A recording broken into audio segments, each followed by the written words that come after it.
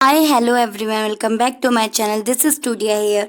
तो आज की क्लास में हम कवर करेंगे class 10 chapter 1 chemical reactions and equation. तो चलिए शुरू करते हैं। सबसे पहले समझते हैं केमिकल रिएक्शंस होते क्या है। देखिए, केमिकल रिएक्शंस क्या होते हैं? जहाँ पर न्यू सब्सटेंस बनता है विद अ न्यू प्रॉपर्टीज। देखिए, केमिकल रिएक्शंस के अंदर दो चीजें आ जाती है, एक आ जाता है रिएक्टेंट और एक आ जाता है प्रोडक्ट। रेक्टेंट क्या होता है? जैसे मान लीजिए मैंने लिखा हाइड्रोजन प्लस ऑक्सीजन और ये मिलके बना हमारा हाइड्रो ऑक्साइड।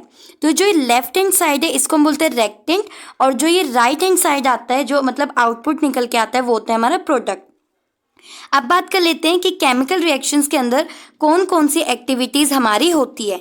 जैसे कि देख लीजिए, डाइजेशन ऑफ फूड हो गया, रेस्पिरेटरी सिस्टम हो गया, रस्टिंग ऑफ आयरन हो गया, बर्निंग ऑफ मैग्नीशियम रिबन हो गया और फॉर्मेशन ऑफ कर्ड हो गया। तो ये जितनी भी एक्टिविटीज है ये सारी की सारी हमारी केमिकल रिएक्शंस के अंदर आती है। आपने क्लास 9th में केमिकल रिएक्शंस और फिजिकल रिएक्शंस के बारे में पढ़ा था। केमिकल रिएक्शंस यानी कि केमिकल चेंजेस क्या होते हैं? ये वो चेंजेस होते हैं जो रीजनरेट नहीं होते हैं। तो देख लीजिए, ये वाले जितने भी चेंजेस है ये हमारे रीजनरेट नहीं होंगे, इसलिए केमिकल रिएक्शंस के अंदर आते हैं।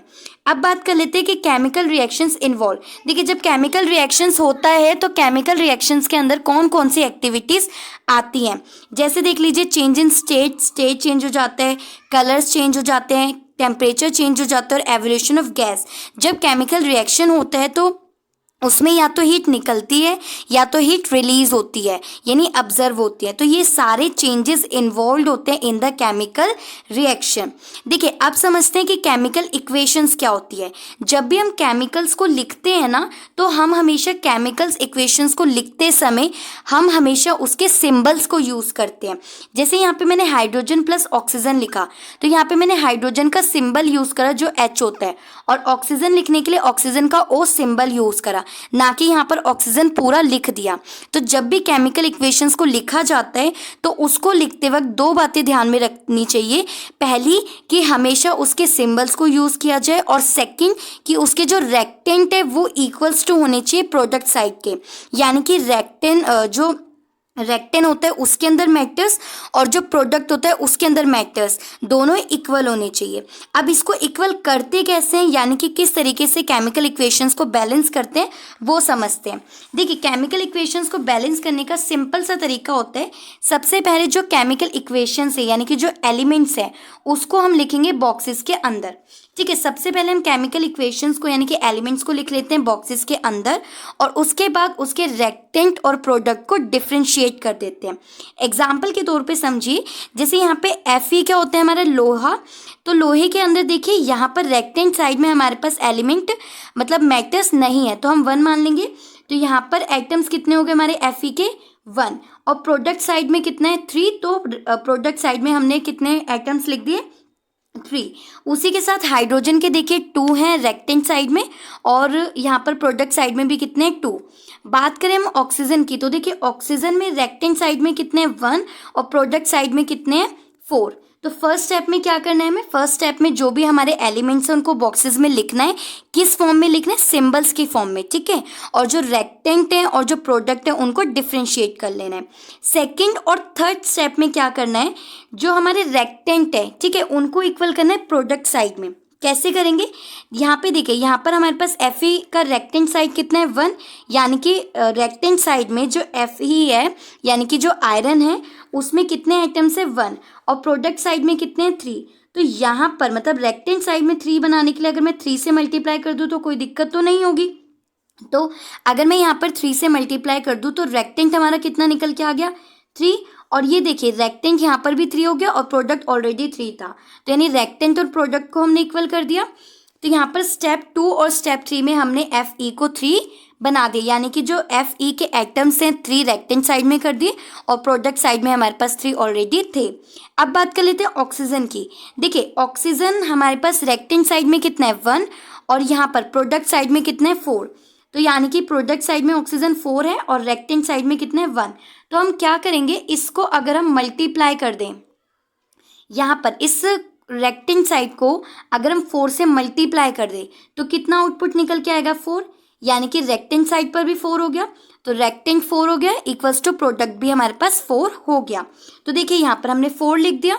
अब आ जाते हैं हाइड्रोजन के ऊपर। देखिए हाइड्रोजन हमारे पास रेक्टेंट साइड में और प्रोडक्ट साइड में इक्वल है, ठीक है, लेकिन हाइड्रोजन के साथ हमारे पास ऑक्सीजन भी लिखा हुआ है और ऑक्सीजन को हमने कितना कर दिया 4, इसीलिए हम क्या करेंगे, जो हाइड्रोजन होगा उसको मल्टीप्लाई कर देंगे 2 से, सॉरी 2 से नहीं 4 से, तो हमारे पास कितने आ गए 8। तो रेक्टेंट साइड में और प्रोडक्ट साइड में हमने हाइड्रोजन को भी क्या कर दिया, इक्वल कर दिया।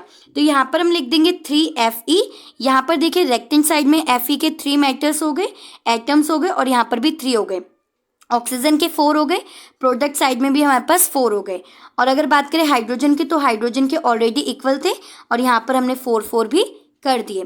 तो फर्स्ट स्टेप में क्या करा हमने, फर्स्ट स्टेप में सभी एलिमेंट्स को बॉक्सेस में लिखा और रेक्टेंगल एंड प्रोडक्ट को डिफरेंशिएट कर दिया। उसके बाद सेकंड और थर्ड स्टेप में क्या करा, सेकंड और थर्ड स्टेप में हमने उनके रेक्टेंगल एंड प्रोडक्ट को इक्वल करा। उसके बाद फिफ्थ स्टेप में देखिए, नहीं फिफ्थ में नहीं, सॉरी फोर्थ में देखिए, फोर्थ में हमने क्या करा, सारे जितने भी मेटल्स थे यानी कि जितने भी एटम्स थे उनको एक बार दोबारा लिख दिया। जैसे 3Fe + 4H2O equals to Fe3O4 + 4H2, ठीक है, ये हमारा रेक्टेंट हो गया और ये हमारा प्रोडक्ट हो गया। अब स्टेप 5 के अंदर हम क्या करते हैं, देखिए स्टेप 5 के अंदर जो हमारे एलिमेंट्स होते हैं ना उसके हम स्टेट्स को लिखते हैं। स्टेट्स यानी कि जैसे Fe जो है वो हमारा लोहा होता है, तो Fe यानी लोहा यानी आयरन, आयरन किस फॉर्म में होता है, सॉलिड की फॉर्म में, तो यहाँ पर हम उसका स्टेट लिख देंगे सॉलिड। उसी तरीके से जो हाइड्रो ऑक्साइड होता है वो हमारा होता है गैस की फॉर्म में, तो वहाँ पर हम उसको गैस में लिख देंगे। और यहाँ पर हमारा क्या बनकर आया, आयरन ऑक्साइड, तो ये किस फॉर्म में होगा, हमारा सॉलिड फॉर्म में। और जो H2 होता है यानी कि हाइड्रो ऑक्साइड होता है वो क्या होता है, हमारा गैस, उसको हमने गैस की फॉर्म में लिख दिया। यानी कि फिफ्थ स्टेप में हम क्या करेंगे, जो हमारे एलिमेंट्स हैं उसकी हम स्टेट्स को लिख देंगे। अब बात कर लेते हैं टाइप्स ऑफ केमिकल रिएक्शंस की। देखिए अभी हमने पढ़ा कि जितने के केमिकल रिएक्शंस क्या होते हैं, केमिकल इक्वेशंस को किस तरीके से लिखते हैं, केमिकल इक्वेशंस को किस तरीके से बैलेंस करते हैं। अब हम देखेंगे कि कितने टाइप्स के केमिकल इक्वेशंस यानी कि केमिकल रिएक्शंस होते हैं। तो देखिए सबसे पहला जो केमिकल रिएक्शन होता है वो होता है कॉम्बिनेशन रिएक्शन। कॉम्बिनेशन रिएक्शंस क्या होते हैं, जैसे मान लीजिए एक एलिमेंट है हमारे पास A और एक एलिमेंट है हमारे पास B। जब ये रेक्टेंट A और B हैं, ये जब कंबाइंड होंगे तो ये एक प्रोडक्ट बन जाएंगे, तो इसी को बोलते हैं हम कॉम्बिनेशन रिएक्शंस, जहाँ पर 2 और मोर देन 2 रेक्टेंट्स हमारे डिस्ट्रीब्यूट हो जाते हैं इनटू वन सिंगल प्रोडक्ट में। जैसे बर्निंग ऑफ कोल हो गया या फॉर्मेशन ऑफ वाटर हो गया। जैसे यहाँ पर देख लीजिए हाइड्रोजन प्लस ऑक्सीजन, ये हमारा जब चेंज होगा प्रोडक्ट में तो ये बन जाएगा हाइड्रो ऑक्साइड, जो कि फॉर्मूला होता है वाटर का। तो वाटर का फॉर्मूला जो होता है वो भी हमारा कॉम्बिनेशन रिएक्शन का ही पार्ट होता है। ओके, उसी के साथ ये देख लीजिए कैल्शियम ऑक्साइड और हाइड्रो ऑक्साइड मिलकर क्या बन जाएगा, कैल्शियम ऑक्साइड। यहाँ पर देख लीजिए ये भी हमारा एग्जाम्पल किसका है, कॉम्बिनेशन रिएक्शन का। अब बात कर लेते हैं एक्सोथर्मिक रिएक्शंस की। देखिए एक्सोथर्मिक रिएक्शंस क्या होते हैं, एक्सोथर्मिक रिएक्शंस के अंदर जो हीट होती है वो रिलीज्ड होती है, ठीक है।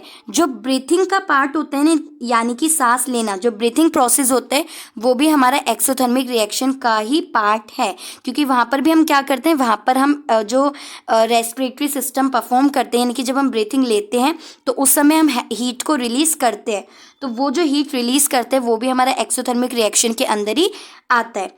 अब बात कर लेते हैं डीकम्पोजिशन रिएक्शंस की। देखिए डीकम्पोजिशन रिएक्शंस क्या होते हैं, डीकम्पोजिशन रिएक्शंस ना बिल्कुल अपोजिट होते हैं ऑफ द कॉम्बिनेशन रिएक्शंस के।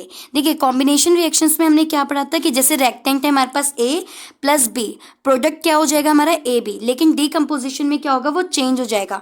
जैसे मान लीजिए A और B हमारे पास एक रेक्टेंट है, वो चेंज हो गया हमारा C प्रोडक्ट में। ओके, उसके बाद देखिए डीकम्पोजिशन यही हो गया। और इसके अंदर जो डीकम्पोजिशंस होते हैं ना वो अलग अलग तरीक़ों से परफॉर्म होते हैं। जैसे एक होता है थर्मल डीकम्पोजिशन। थर्मल डीकम्पोजिशंस में क्या होगा, जो रेक्टेंट होगा ना वो ब्रेक डाउन होगा बाय द हीट। देखिए सिंपली समझिए, कॉम्बिनेशन रिएक्शंस के अंदर क्या होता है, 2 और मोर देन 2 रेक्टेंट्स हमारे कंबाइंड होते हैं with a single product. As पर जो डीकम्पोजिशन रिएक्शंस होते हैं उसके अंदर जो सिंगल रेक्टेंट होता है वो ब्रेक डाउन होता है हमारे 2 और मोर देन 2 प्रोडक्ट्स के अंदर। जब डीकम्पोजिशन में ब्रेक डाउन्स होता है तो ब्रेक डाउन्स होने के लिए वो अलग अलग मेथड्स को परफॉर्म करता है, जिसमें से फर्स्ट मेथड होता है हमारा थर्मल डीकम्पोजिशन। थर्मल डीकम्पोजिशंस के अंदर जो रेक्टेंट होते हैं वो ब्रेक डाउन होते हैं बाय द हीट, ठीक है। उसके बाद बात कर लेते हैं इलेक्ट्रोलाइट डिकम्पोजिशन की। सेम इसके अंदर क्या होता है, जो रेक्टेंट होगा वो ब्रेक डाउन होगा बाय द इलेक्ट्रिसिटी। नेक्स्ट जो आ जाता है वो आ जाता है फोटोलिक डिकम्पोजिशन। फोटोलिक डिकम्पोजिशन के अंदर क्या होगा, जो रेक्टेंट है वो ब्रेक डाउन होगा by the light. Which light? Sunlight. Okay, अब बात कर लेते हैं एंडोथर्मिक रिएक्शंस की। देखिए 2 टाइप्स के रिएक्शंस होते हैं। पहला रिएक्शन होता है एक्सोथर्मिक, सेकंड होता है एंडोथर्मिक। एक्सोथर्मिक के अंदर क्या होता है, जो हीट होती है वो रिलीज होती है, जैसे ब्रीथिंग का जो प्रोसेस होता है वो एक्सोथर्मिक के अंदर आ जाता है। एंडोथर्मिक रिएक्शंस के अंदर क्या होता है, एंडोथर्मिक रिएक्शन के अंदर जो रेक्टेंट है वो ब्रेक डाउन होगा by the heat, light and electricity, तो इसको बोलते हैं एंडोथर्मिक रिएक्शन। बात कर लेते हैं डिस्प्लेसमेंट रिएक्शंस की। देखिए डिस्प्लेसमेंट रिएक्शंस क्या होते हैं, डिस्प्लेसमेंट रिएक्शंस के अंदर जो मोर एक्टिव एलिमेंट्स होते हैं ना वो कंबाइंड हो जाते हैं विद अनदर एलिमेंट्स, और जो सिंगल लेस रिएक्टिव एलिमेंट्स होते हैं वो सिंगल ही रह जाते हैं। एग्जाम्पल से समझिए, जैसे मान लीजिए यहाँ पर हमारे पास ए और प्लस बी एलिमेंट है और यहाँ पर हमारे पास सी एलिमेंट है, ठीक है। अब जो ये ए एलिमेंट है ये मोर रिएक्टिव है सी के साथ, ठीक है, तो ये क्या करेगा, ए के साथ मतलब ए एलिमेंट सी के साथ रिएक्ट कर लेगा और ए सी बन जाएगा, और जो ये बी है ये हमारा सिंगल रह जाएगा। देखिए मान लीजिए 3 रिएक्शंस थे हमारे पास, मतलब 3 एलिमेंट्स थे, एक था ए बी और एक था सी, ठीक है। अब जो ए है वो मोर रिएक्टिव है और जो सी है वो भी मोर रिएक्टिव है, तो ए ने क्या करा, सी के साथ क्या करा, रिएक्ट कर लिया और बी हमारा सिंगल रह गया, तो यहाँ पर बन गया ए सी और बी सिंगल रह गया, तो ये हो गया डिस्प्लेसमेंट रिएक्शंस। इसके एग्जाम्पल की अगर हम बात करें तो देखिए जैसे जिंक कॉपर सल्फेट। अब जो ये जिंक है ना ये क्या करेगा, सल्फेट ऑक्साइड यानी सल्फर ऑक्साइड के साथ रिएक्ट करेगा और जिंक सल्फर ऑक्साइड बना देगा और कॉपर को अलग कर देगा, क्योंकि जो कॉपर है वो लेस रिएक्टिव है then zinc plus sulphur oxide. तो जिंक ने क्या करा, सल्फर ऑक्साइड के साथ रिएक्ट करा और जिंक सल्फर ऑक्साइड बना दिया, और जो कॉपर है वो लेस रिएक्टिव था इसलिए जो कॉपर है वो साइड हो गया, तो इसको बोलते हैं डिस्प्लेसमेंट रिएक्शंस। बात कि अब अगर हम बात करें डबल डिस्प्लेसमेंट की, तो डबल डिस्प्लेसमेंट के अंदर क्या होता है, जो मोर रिएक्टिव एलिमेंट्स होते हैं वो कंबाइंड हो जाते हैं with the more reactive elements, और जो लेस रिएक्टिव एलिमेंट्स होते हैं वो भी कंबाइंड हो जाते हैं with the less reactive elements. अगर इसको हम एग्जाम्पल से समझे तो देखिए Na2SO4 यानी कि sodium sulphate plus barium chloride, जो ये सोडियम है ये कंबाइंड हो जाएगा विद द क्लोरीन, तो बन जाएगा ये सोडियम क्लोराइड NaCl, जो हमारा फॉर्मूला होता है खाने वाले नमक का। उसी के साथ जो SO है वो बेरियम के साथ कंबाइंड हो जाएगा और बन जाएगा बेरियम सल्फेट। तो इस तरीके के एग्जाम्पल को बोलते हैं हम double displacement reactions. Last reaction की बात कर लेते हैं which is oxidation and reduction. देखिए सिंपली अगर मैं बात करूँ तो ऑक्सीडेशन के अंदर क्या होता है, ऑक्सीजन हमारा ऐड होता है और हाइड्रोजन हमारा रिलीज होता है, ठीक है।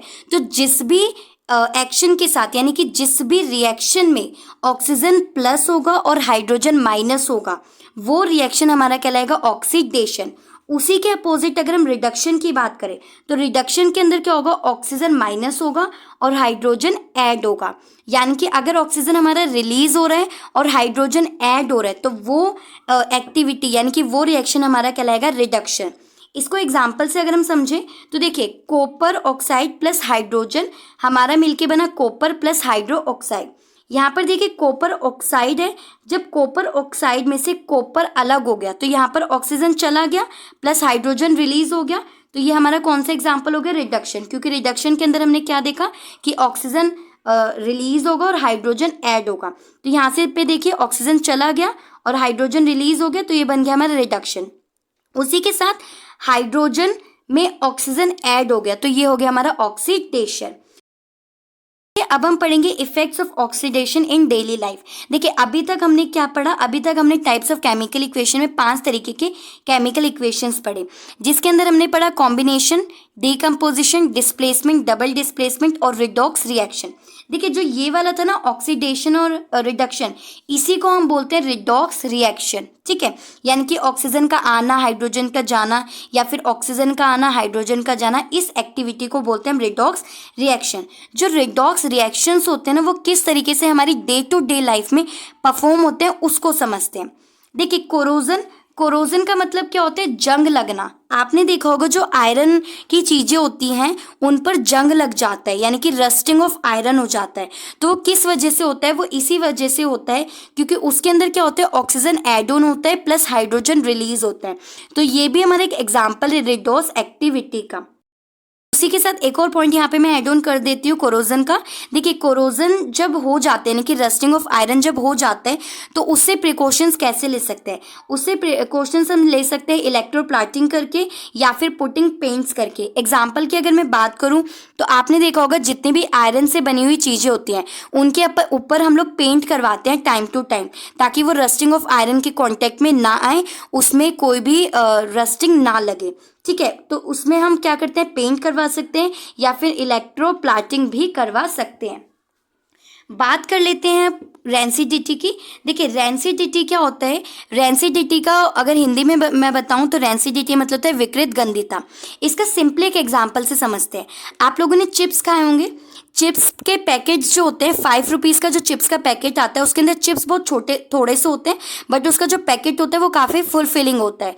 तो वो ऐसा क्यों होता है? क्योंकि उसके अंदर नाइट्रोजन गैस फिल की जाती है। तो यही एग्जाम्पल है रेंसिडिटी का। देखिए रेंसिडिटी के अंदर क्या होता है, जो फूड पैकेट्स होते हैं ना उनके अंदर नाइट्रोजन गैस फिल की जाती है ताकि वो बाहर ऑक्सीजन के संपर्क में ना आए और वो जो चीज़ है, मतलब कि वो जो प्रोडक्ट है वो लॉन्ग टर्म रन कर सके, ताकि वो इजीली ईटेबल प्रोडक्ट्स में काउंट हो सके फॉर अ लॉन्ग टर्म। तो मेथड्स क्या क्या होते हैं रेंसिडिटी को करने के लिए? ये देखिए, बाय एडिंग एंटीऑक्सीडेंट्स जैसे कि नाइट्रोजन गैस फिल कर देते हैं, keeping food in air tight container, जो भी फूड आइटम्स होते हैं उसको एयर टाइट कंटेनर के अंदर पैक करके रखना। जैसे चिप्स के, कुरकुरेस के पैकेट्स को पूरे प्रॉपर सील पैक जो पैकेट्स होते हैं उनके अंदर हम लोग कवर के रखते हैं, या फिर जितने भी और भी फूड पैकेट्स होते हैं उनको भी पूरा प्रॉपर कंटेनर के अंदर पैक्ड किया जाता है ताकि इस रेंसिडिटी के प्रोसेस को रिड्यूस किया जा सके। और अगर रेंसिडिटी का प्रोसेस रिलीज होगा तो क्या होगा, वो जो फूड प्रोडक्ट्स है वो ऑक्सीडेशन के संपर्क में आएगा, कांटेक्ट में आएगा, और वो जो फूड आइटम है वो खराब हो सकता है। बस इसी के साथ ये वाला चैप्टर कंप्लीट हो गया, जिसके अंदर हमने पढ़ा कि केमिकल रिएक्शंस क्या क्या होते हैं, केमिकल इक्वेशंस को कैसे लिखते हैं, बैलेंसिंग कैसे करते हैं इक्वेशंस को, कितने टाइप्स ऑफ केमिकल रिएक्शंस होते हैं, कोरोजन्स क्या होता है, रेंसिडिटी क्या होता है। 5-6 टॉपिक्स थे इस चैप्टर के अंदर जो मैंने पूरे कवर कर दिए।